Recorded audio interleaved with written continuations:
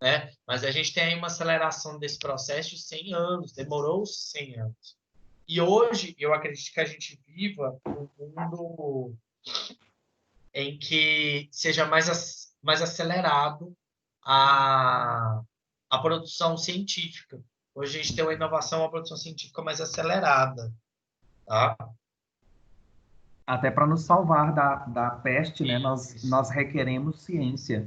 Sobretudo, requeremos ciência, vacina, orientações científicas sobre como nos cuidar, né, de o que é o vírus, qual é o limite desse vírus, tudo isso tange ciência, né? A gente vê. Ítalo, peraí. A Flávia falou que eu não encerrei a gravação, acho que da outra aula. O que que eu faço? Volta lá e encerra. Ai, meu Deus do céu. Volta lá e encerra. Mas é só você ingressar na sala e encerrar. Mas o outro professor, eu acho que tem como cancelar. Então, eu costumo marcar outros pontos de contextualização desse início da modernidade. Porque com o Renascimento, nós temos a elaboração de técnicas e de ferramentas científicas. Por exemplo, uma criação científica, uma criação técnica que revolucionou este momento que inaugura a modernidade, a máquina de imprensa, a primeira impressora. E essa primeira impressora, ela era como se fosse um carimbo gigante, era um, uma sala inteira como impressora. Então passava por vários processos, um papel, até ele chegar a virar uma página de um livro. Né? Então, inclusive, a palavra impressora vem de imprimir, de apertar, porque era apertado, como o carimbo era apertado nessa folha, né? nessa marcação para fazer a página do livro. Então, a invenção da impressora popularizou, mas assim, esse popularizou aqui não exagere, porque não foi tão popular assim, mas ele chegou a popularizar mais do que era antes os livros. Então, o acesso à informação, que é também uma marca nossa hoje, né? Então, inclusive, existe um conceito de hipermodernidade, porque tudo que nós vimos no Renascimento, como início da modernidade, a gente vê agora com com uma maximização, com um hiper olhar, né? Por exemplo, impressora. Hoje, cada um de nós praticamente pode ter uma impressora em casa. Então, se a impressora ela revolucionou o Renascimento quando uma, uma técnica revolucionária que moderniza por acessar a informação, hoje nós temos acesso à informação sem precisar imprimir, a gente tem necessariamente celulares, né, que na palma da mão a gente tem livros e livros e livros com acesso à informação. Então, olha só, eu digo informação porque a informação é muito diferente de conhecimento. Conhecimento é você saber lidar com as informações, você conseguir fazer relacionar, contextualizar e problematizar as informações. A modernidade traz é o acesso à informação, que não é, claro, que nós já colocamos para todos em todo instante, como hoje não é para todos em todo instante que a gente tem acesso à informação. A invenção da máquina de imprensa é um deles, as revoltas dentro da igreja, e aí começa a própria reforma protestante. Por isso, assim, a reforma protestante ela é um marco, o último marco do início da modernidade, porque aí a gente vai ter a maior referência de estrutura de poder político e religioso sofrendo uma cisão grande com a reforma protestante, Martim Lutero, o anglicanismo e tudo aquilo que nós vamos também tocar nas próximas aulas. Outra, a invenção do barco à vela, que foi, inclusive, o que proporcionou o encontro dos continentes, né? Então, quando o europeu chega às Américas, ele chega por causa de uma criação técnica, por causa de uma elaboração técnica científica, que seria aí o controle do vento pelo barco à vela. Parece muito simples para nós hoje, mas isso revolucionou e inaugura a modernidade. Eu gosto de usar o exemplo de descobrir vida fora do planeta, né? Ontem, os Estados Unidos estava lançando, acabou que deu errado por causa de previsão, por uma questão climática lá, mas eles estavam lançando um ônibus espacial ontem. Isso é muito significativo. E é a mesma coisa que, se nós descobríssemos vidas fora da Terra, hoje a gente teria muita coisa abalada, a gente teria uma outra visão do próprio ser humano, outra visão da história da humanidade. Então, quando o homem europeu chega às Américas, isso causa bastante mudanças, né? Que a gente diz aí as mudanças da modernidade. Então, são vários fatores, como o Murilo colocou, a peste é uma delas, mas são vários fatores que a gente pode marcar e devemos marcar como inauguração de um momento chamado moderno. E um deles, que é o que nós vamos falar hoje, é a arte, né? A arte vai nos trazer várias referências desse homem chamado moderno. Pode falar, Murilo? Só complementando, como a gente falou, né, o renascimento das cidades, porque o movimento renascentista ele precisa de um local que consiga ampliar esse olhar para a arte, que precisa ter essa comunicação rápida de ideias, essas ideias têm que circular rápido, né? Então a gente tem que ter aí uma integração também entre a Europa e o Oriente, ou seja, essa comunicação entre o Ocidente e o Oriente, trazer novas técnicas, também como as técnicas de desenho, de matemática. A gente precisa também de financiamento. A gente não consegue fazer pesquisa, não consegue fazer arte, não consegue melhorar nada em termos de avanço científico, avanço tecnológico, sem dinheiro, sem financiamento. Então, o renascimento só é possível com o crescimento dessas cidades de cunho comercial elevado, como Veneza, a região dos Flandres, são regiões, Valência, Veneza, enfim, a própria Roma, Florença, Roma, só é possível com esse crescimento econômico. Oi? Pisa também, aquela da Torre Torta, Pisa. São as cidades italianas, né? Então, que aí, outra coisa que, inclusive, é muito cobrado em vestibulares e Enem, é entender que o Renascimento ele é genuinamente italiano, por esse motivo que o Murilo acaba de marcar, porque lá havia condições do que nós falamos na última aula, que era a ideia do renascimento urbano. Então, preste atenção, a relação que existe entre a criação da cidade, as cidades italianas, que é uma nova maneira de fazer cidade, né, que nós falamos isso da última aula, organizada em torno do comércio, em torno de uma segurança maior, né? Então, essa cidade moderna italiana, ela vai ser o berço do Renascimento, porque é aí que a gente vai poder encontrar possibilidades, né, desses aspectos que o Murilo marcou sobre financiamento da arte.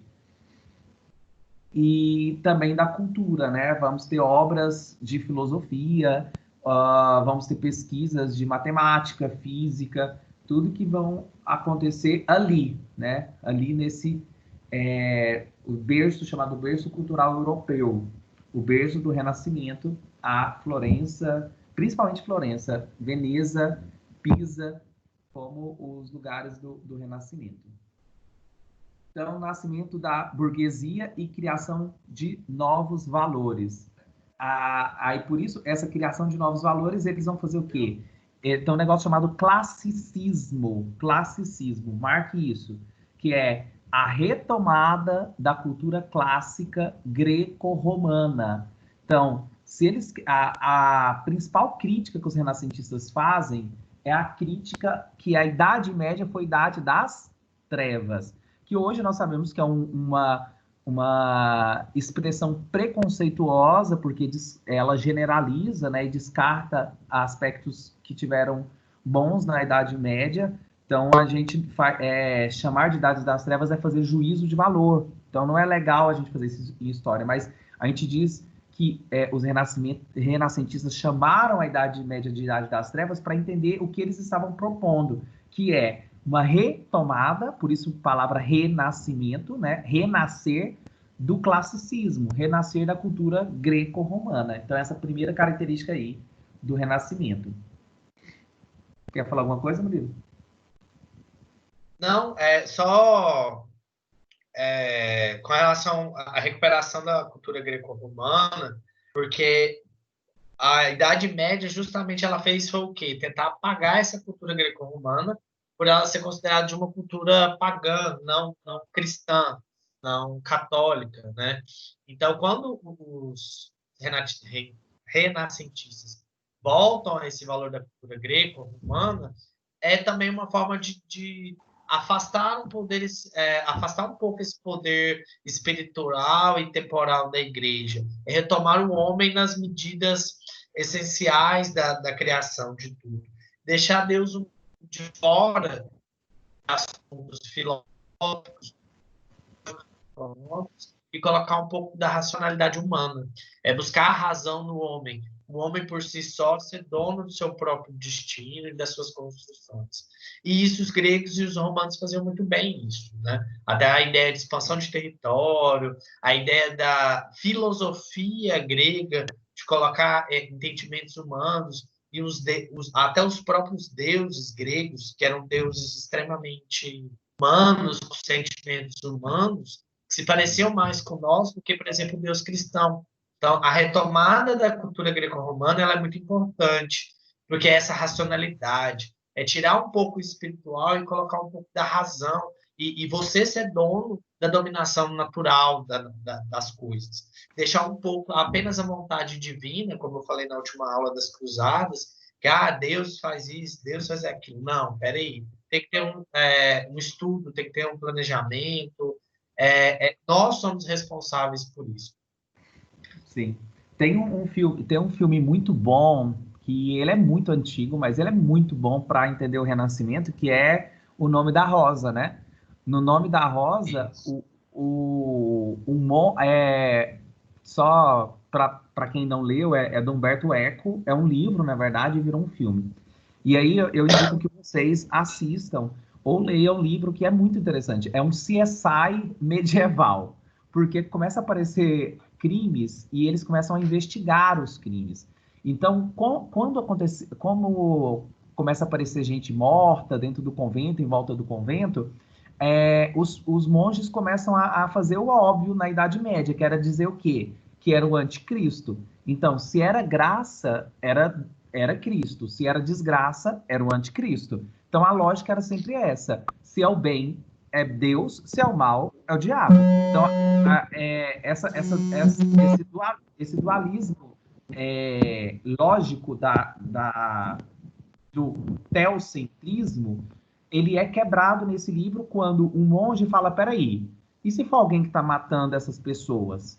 E aí, então, esse monge, junto com o discípulo dele, começa a investigar as mortes, mas não apelando para o anticristo, e sim procurando aspectos racionais e científicos. Inclusive, a característica que eles veem é a ideia de que o dedo, há uma necrose do dedo, né? Então, eles tinham já um conhecimento de anatomia, que nós vamos falar isso agora. Aqui tem os renascentistas estudam muito a anatomia humana, inclusive para fazer obras de arte que o corpo humano era a expressão, né? Então eles vão dar mais expressões reais aos corpos humanos. Se você pegar as artes da Idade Média, elas eram mais mosaicas, então não tinha um formato fidedigno ao corpo humano, né? Agora aqui, quanto mais próximo do real, mais próximo do corpo humano, mais bonito. Por isso que eles estudavam a anatomia. Então, lá no Humberto Eco, nesse livro, né, ele mostra esse monge que começa por estudar a anatomia, questões científicas, perceber que existia uma explicação para as mortes além do anticristo. E aí eu não vou dar spoiler para vocês, quem era o assassino do filme, mas assistam, que tem toda a relação com o Renascimento. Porque o Renascimento, e eu gosto de marcar muito isso, é um movimento anti-Idade Média, mas ele acontece genuinamente dentro da Igreja Católica. porque como esse monge representa aí o símbolo. Por quê, gente? Não tinha como o Renascimento acontecer fora da Igreja Católica. O estudo, toda a leitura de texto, todas essas máquinas de imprimir, isso era do próprio Vaticano. Então, toda a centralização de poder político, religioso e econômico era a Igreja. Então, não tinha como esperar que o movimento saísse fora, né? Então, o movimento renascentista, ele é religioso. Nós vamos fazer agora uma visita online lá na Capela Sistina, que é a maior reunião de obras do Michelangelo, que é o maior. Já está aberto. E está aberta aqui. E a Capela Sistina é simplesmente uma capela particular do Papa. É uma capela uma capela da Casa Papal. Então, a capela da Casa Papal, hoje, nela se encontra a maior reunião de obras do Michelangelo, que é um maior renascentista, e nós vamos falar dele agora. E aí, a característica principal é essa marcação. Antropocentrismo. Antro significa humano. Então, é o humanocentrismo, é o homem, o humano, no centro. Que essa imagem do homem vitruviano, que vocês veem aí na tela, ela simboliza isso, é o homem no centro, com proporções, simetrias, né? O individualismo, porque antes também na Idade Média, você tem várias imagens dentro das igrejas medievais que não tem assinatura de nenhum artista. Por quê? O artista, ele não existe. Ele assinar seria uma incoerência, porque ele acredita que ele é só um instrumento de Deus. Então, o indivíduo, ele não existe. Ele é apagado dentro da ideia de ser apenas um instrumento de Deus. Agora, os artistas começam a assinar. Inclusive, o próprio Michelangelo, ele não só assina, mas ele confrontava os papas sobre o que ele queria pintar, né? Ainda falando do Renascimento dentro do Vaticano, gente, até hoje existe um Instituto de Ciências do Vaticano que foi aberto nessa época. Foi aberto no final do século XIV até hoje. Não, mentira, foi aberto no final do século IX. E até hoje existe um núcleo de ciências dentro do Vaticano, que eles fazem observação da posição dos astros, dos planetas, que era algo que os renascentistas fizeram também, estudo de astronomia, né? Então, Oi. Pode falar. Complementando o que você estava falando sobre os artistas da Idade Medieval e Idade Moderna, tem algumas coisas que alguns historiadores da arte fazem que eu acho bem interessante, que é quando você compara as obras de arte do período medieval para renascentista, quando você analisa, por exemplo, o momento da crucificação e as expressões de Maria e Cristo, você consegue perceber que não existe forma definida dos corpos, dos rostos, na Idade Média. Até Cristo, quando está crucificado, Jesus tem um corpo magro e sem definição. Tipo, ele só é magro, ele não tem aspectos da anatomia humana.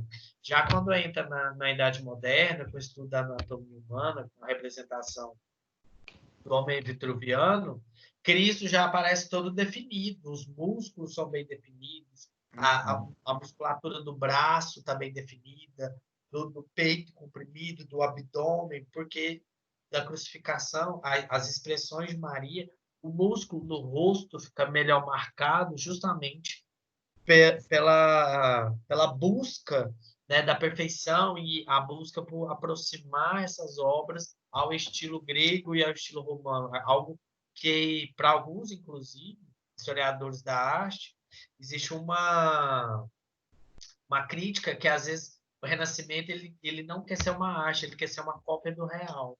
Só que hoje já tem uma discussão que não. Ela é uma representação da realidade, não necessariamente uma fotografia da realidade. É porque a gente hoje é muito fácil você ter uma imagem real com um celular, né, com uma câmera 3D. Então eles precisavam fazer isso, por exemplo, no mármore. Essa imagem que você isso que você está falando do realismo, de expressões de sentimentos, né? de Cristo e de Maria, essa imagem do Michelangelo, ela representa bastante isso, né? Essa imagem que está aí. A Pietà, inclusive, tem uma réplica dela na capela, na Catedral Metropolitana de Brasília. Quando forem a Brasília, não deixem de ir à Catedral Metropolitana e ver essa réplica que tem lá.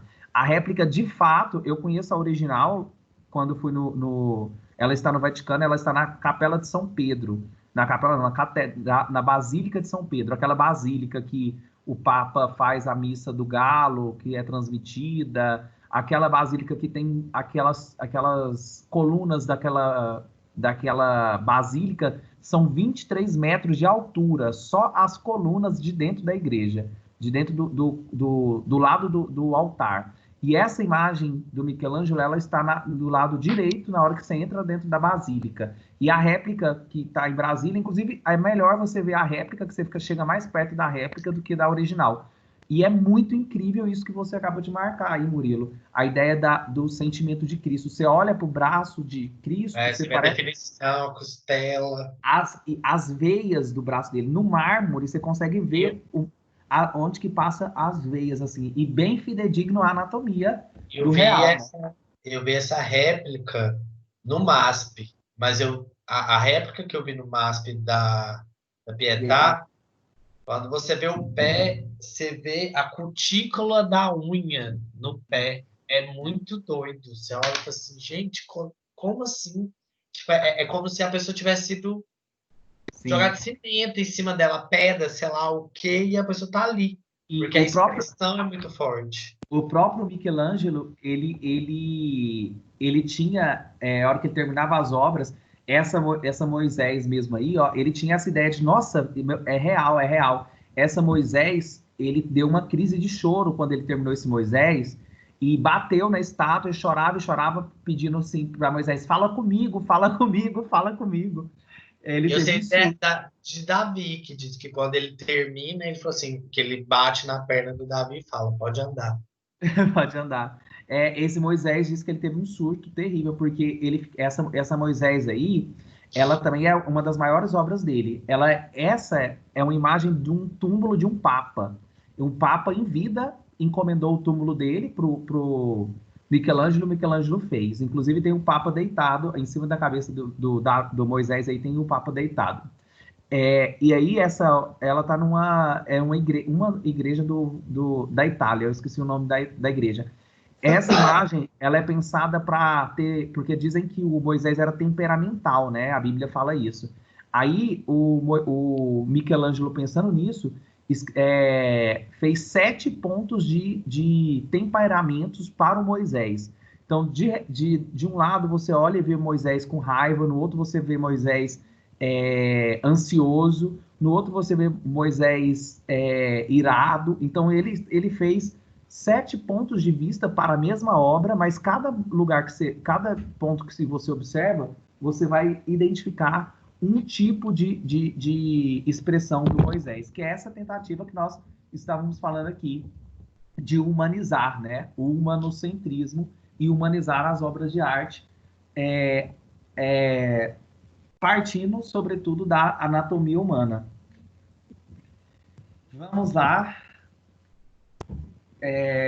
Que mais? Vamos continuar, né? Senão a gente fica a gente fica só em uma obra. Dá para a gente dar uma aula só de uma obra do Renascimento. Fazer um congresso só disso. Sim, é maravilhoso. O Renascimento, ele é lindo, né?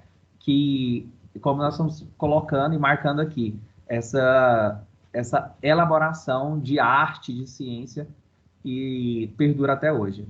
O patrocínio das obras de arte, né? Você falou, a ideia aí, os reis, mecenas e a Igreja Católica, mas fica praticamente tudo para a Igreja Católica. As obras do Renascimento estão praticamente todas no Museu do Vaticano, né? Eu vou passar algumas que a gente vai passar aqui, eu vou falar as que estão lá, mas a maioria está lá, está no Museu do Vaticano. Inclusive fala muito isso, né? Que a Igreja, ela detém a maior riqueza do mundo, não é por capital ou por terra hoje, mas porque são obras caríssimas, e obras, inclusive, que não, muitas delas que não tem nem valor, não dá para colocar valor, porque não tem preço que pague uma obra tão cara, né? Quanto, por exemplo, essa Capela Sistina. Não existe valor mensurável para isso, que é um ponto da arte, né?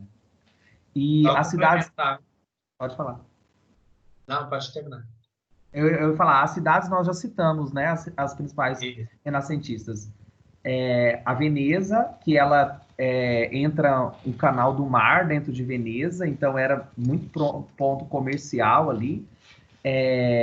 Que tem também uma praça conhecidíssima que chamava Praça de São Marco, que tem também várias obras de renascimento ali, e é uma igreja do lado da outra, porque as famílias, elas, inclusive hoje em dia nem tem mais missa nessas igrejas, são todas museus lá de Veneza, porque as famílias, para mostrar que tinha poder e tinha riqueza, elas financiavam uma igreja. Então, as famílias, que agora é outra coisa também, fortalece a ideia de nome e sobrenome, né? Na Idade Média você tinha até os próprios reis, eles tinham só nome e um apelido, Carlos Magno, né? Agora as famílias ricas que vão acumular, né, riquezas, elas vão dar nome, inclusive dar igrejas, né? Fazer igrejas próprias para elas.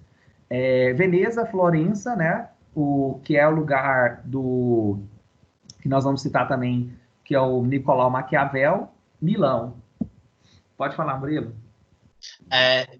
Só complementando o que você estava falando, essas famílias, né, que grande parte se enriqueceram pelo comércio, pelo transporte de mercadorias, especiarias, que se inicia desse contato lá das cruzadas, isso fica mais forte. E a Itália, essas cidades italianas, se enriquecem muito pela abertura do mar Mediterrâneo, forma essa classe que é os mecenas. São famílias extremamente ricas, que aí, a partir disso, há uma tradição do sobrenome bem forte. O crescimento dessa classe capitalista burguesa mesmo, e que ela precisa da arte como um suporte também para mostrar os seus valores de ideal de mundo. A burguesia ela precisa reconstruir o mundo à sua imagem, né? E uma das formas de fazer isso é o Renascimento, que é a ideia do homem, a ideia do trabalho, a ideia do perfeccionismo, da busca pelo melhoramento. Então, essas famílias financiavam não só por uma questão de arte ou só uma questão de estética, mas uma questão também de mostrar os valores que estavam sendo construídos nesse mundo. E mostrar esse capital financeiro por meio da arte também eleva o espírito, diferencia essas classes, que são os mecenas, dos grupos ditos normais ou populares. É uma forma também de se distanciar de outros grupos sociais. Então, esses mecenas fazem isso. E uma curiosidade que se tem sobre as famílias do movimento renascentista, as famílias italianas, os chamados mecenas, como os Médici, por exemplo, até hoje a família é uma das mais ricas do mundo. Ou seja, essa riqueza ela nunca deixou de estar concentrada ou foi distribuída. Pelo contrário, ela está cada vez mais segregada nesses grupos. Então, a família de mecenas lá do Renascimento, século XV, XVI, é a mesma família hoje que controla os meios de comunicação, indústria, enfim. Detém esse capital burguês e também o controle dessa produção. Heranças, né? Herança.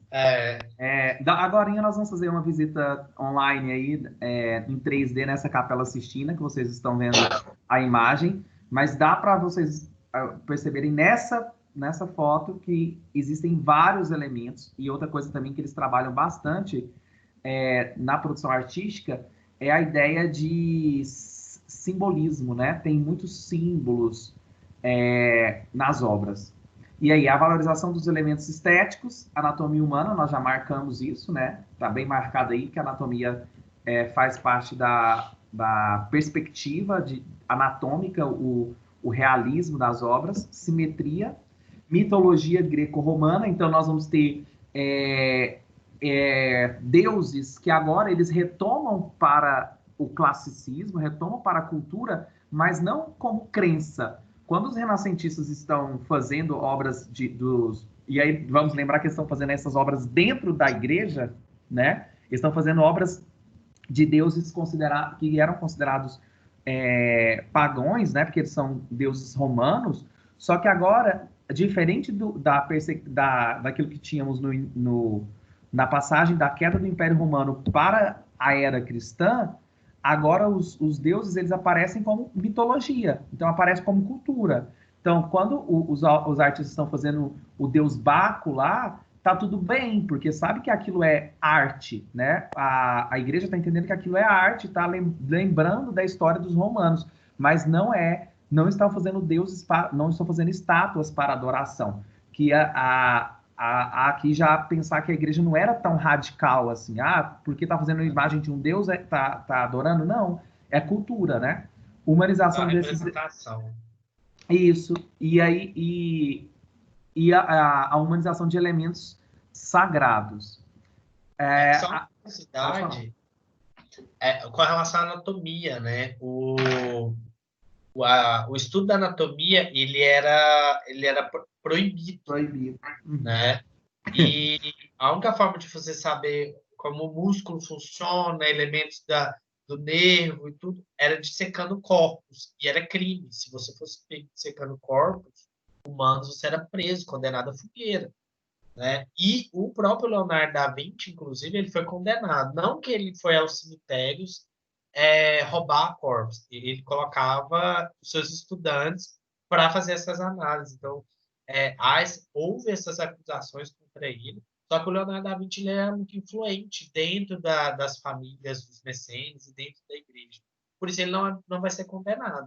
Mas quase que ele é pego aí por ser acusado de violação.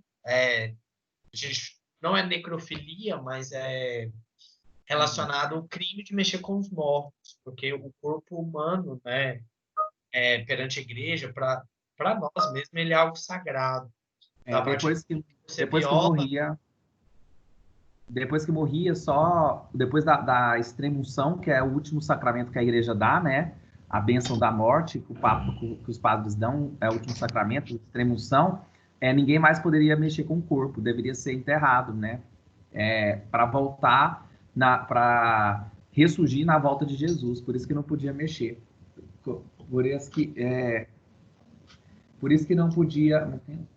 por isso que não podia mexer com os corpos. Mas o Rodrigo, inclusive, ontem me explicou, que ele é professor de anatomia, né? Me falou que esses renascentistas, por exemplo, lá no Da Vinci, no Michelangelo, quando ele tem aí o desenho, o Deus tem o formato do cérebro, é o mesmo, o cérebro dos mamíferos são iguais, né? Então eles também faziam estudos em outros mamíferos, mas é óbvio que ele tinha acesso ao cérebro humano, porque se você der um zoom aí na parte de trás aí, a perninha do anjo faz certinho aí o formato do movimento do cérebro.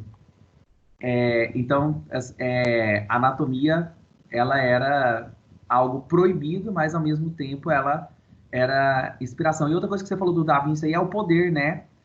Se ele era ele era poderoso, ele era influente. Os artistas eram muito influentes.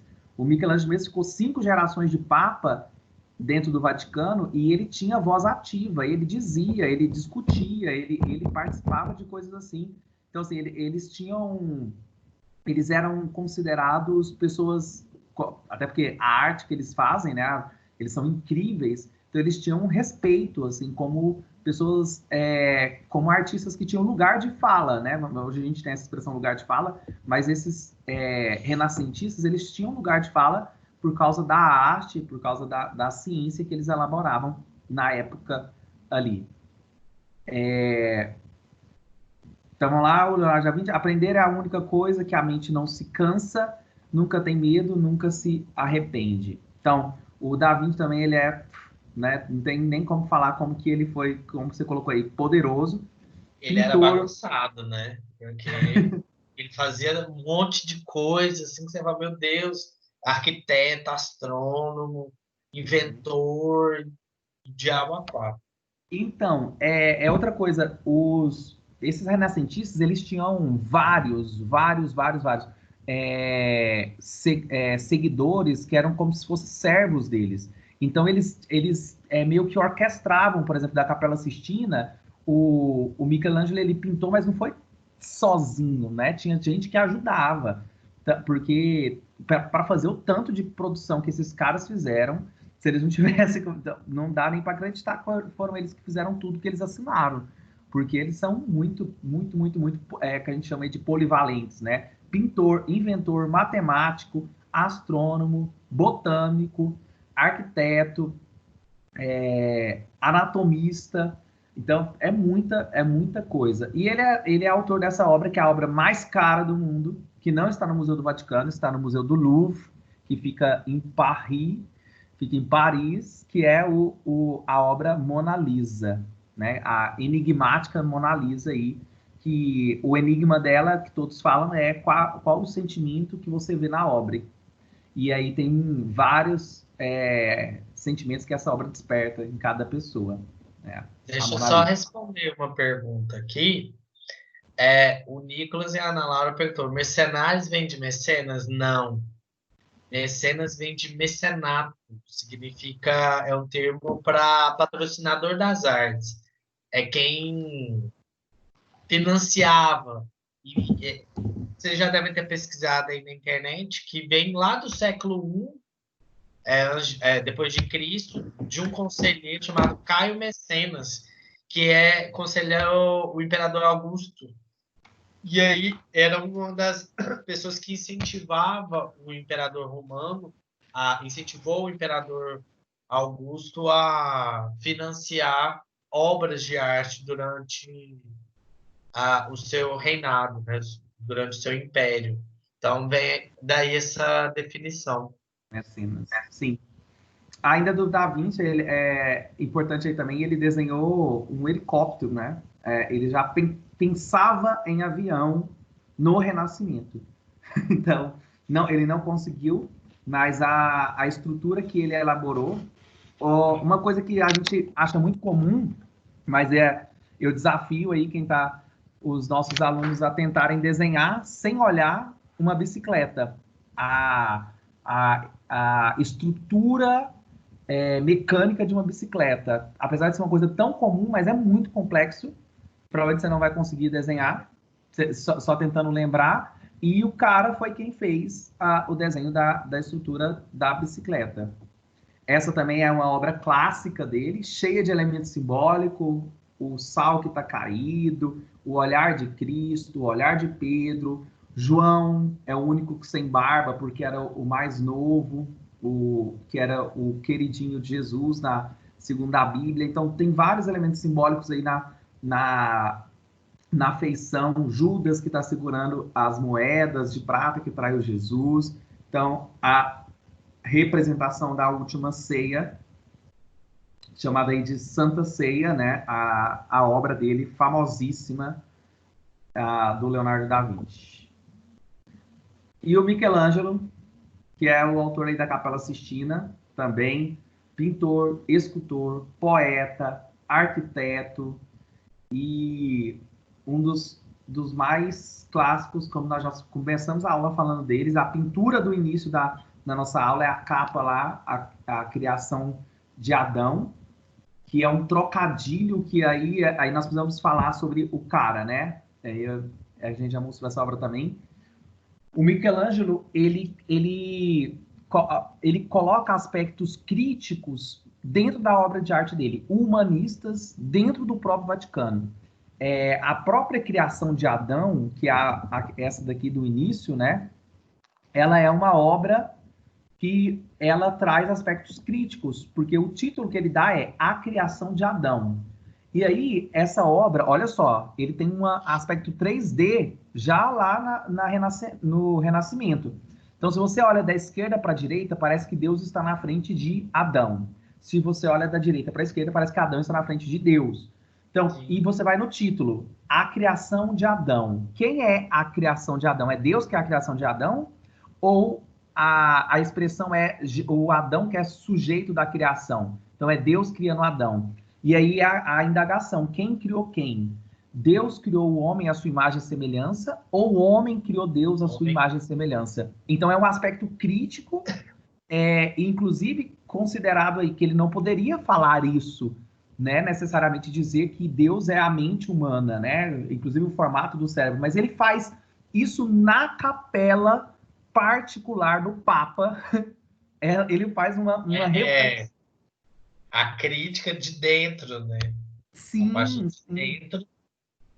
Ele faz essa crítica dentro da Capela Sistina, que é a capela, como eu coloquei, papal particular, e tudo bem, e tá lá, né? Porque ele fez isso pela arte. Obviamente, se ele tivesse colocado isso em um livro, ele teria ido para a fogueira. Então, ele faz a arte crítica, não é que ele está questionando a existência de Deus, mas ele está questionando que ele está expressando que a existência ela é racional, né? Que aí volta ao aspecto da característica do humanismo dos renascentistas. Então, o próprio Michelangelo coloca aspectos críticos simbólicos em sua obra, rebatendo a indignação de um cardeal, que aí eu quero trazer essa história aqui para vocês entenderem, olha como que se dava, como era a atuação dele dentro do Vaticano. Ele implicou acharam imagem de um Apolo, de Apolo, o deus grego, lá na época. Nossa aula está acabando. E essa imagem do Apolo, o juízo final, que é essa pintura do fundo da Capela Sistina aí, ó, essa parede total, tem Jesus no meio. Aqui. Isso, é azul, é a do fundo. Tem o juízo final. Então tem aí no meio, no centro, tem Jesus, embaixo, aí tem o céu, o inferno e o purgatório, né? Dentro da imagem. E aí, o Jesus dessa pintura, ele tem as características do Apolo, que é o deus grego. Por quê? Quando há o sincretismo, quando há a queda do Império Romano, o deus Apolo é substituído por Jesus. Inclusive, a festa, dia 25 de dezembro, Natal, é a festa do deus Sol dos romanos, é a festa do Apolo. Então, passa-se a se comemorar o Natal no dia 25 por causa do deus Apolo. Então, há um sincretismo aí da cultura romana que os cristãos pegam. Como há aspectos morais também. Por exemplo, o casamento, né? Os cristãos de tradição judaica, eles eram poligâmicos. Mas a monogamia era um costume romano. Então, só no século V que os cristãos passam a ser monogâmicos.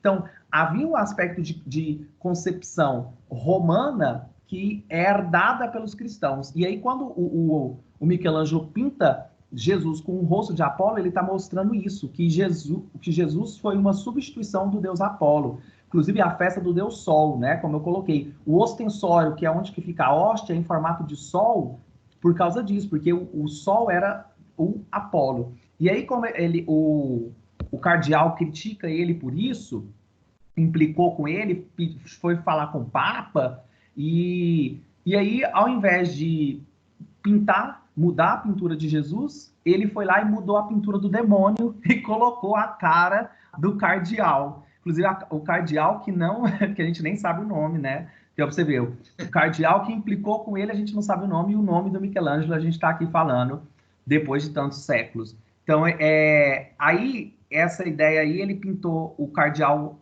o demônio com a cara do cardeal e a serpente comendo o pênis do cardeal. Como eu já coloquei e marquei com vocês, o Michelangelo ficou 5 gerações papais dentro do Vaticano.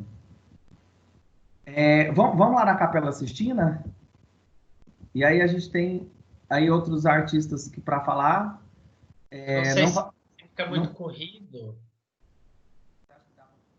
Essa obra é a obra do Rafael, né? Rafael Sanzio, que é a chamada Escola de Atenas, que ela traz os principais filósofos gregos e cada postura aí, Heráclito, o Sócrates, Platão, inclusive já caiu essa imagem no Enem, perguntando sobre a postura de Aristóteles e de Platão, porque elas têm um sentido com a filosofia dos caras. Então, como nós colocamos, tem muito aspecto simbólico.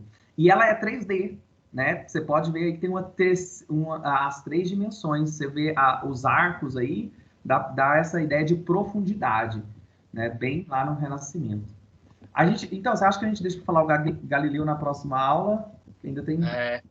Que a gente tem que já falar é do 9h11 e ainda tem que fazer a viagem, eu acho que vai ter que ficar para a próxima aula.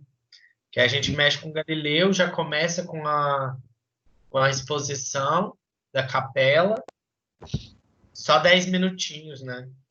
Sim, Eu verdade. acho que, porque aí, senão fica muito corrido, porque Renascimento é muito grande, né?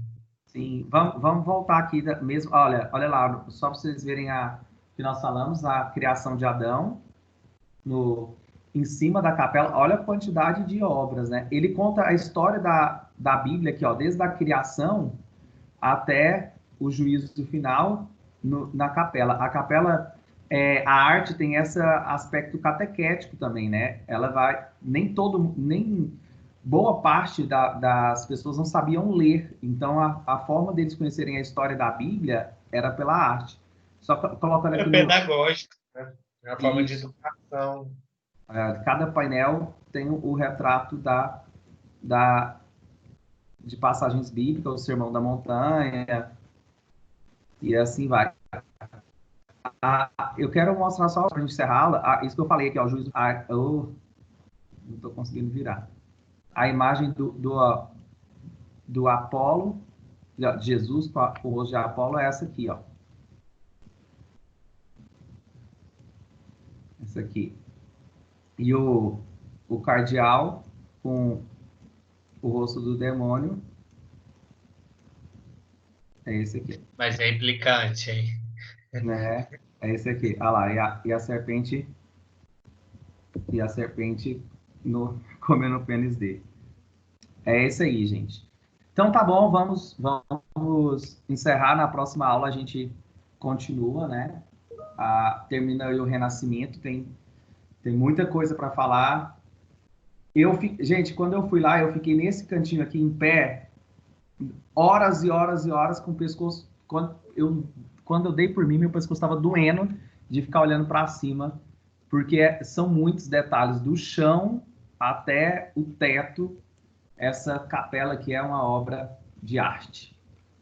É isso. Vamos então encerrar. Na próxima aula a gente continua falando do Renascimento, que tem algumas coisas ainda para a gente pontuar. Alguma coisa a colocar aí, Murilo? Tranquilo? Podemos encerrar? Não, por mim tá tranquilo. Acho que tudo que eu queria ir ponderando foi tranquilo. Então, tá. Nós vamos então voltar na próxima aula, a gente vai terminar o Renascimento. E aí já tem exercício que eu vou disponibilizar para vocês lá sobre o Renascimento hoje.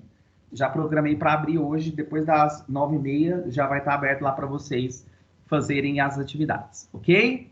Abraço e até segunda-feira. Falou, Murilo. Até à tarde. Falou, Ítalo, até daqui a pouco.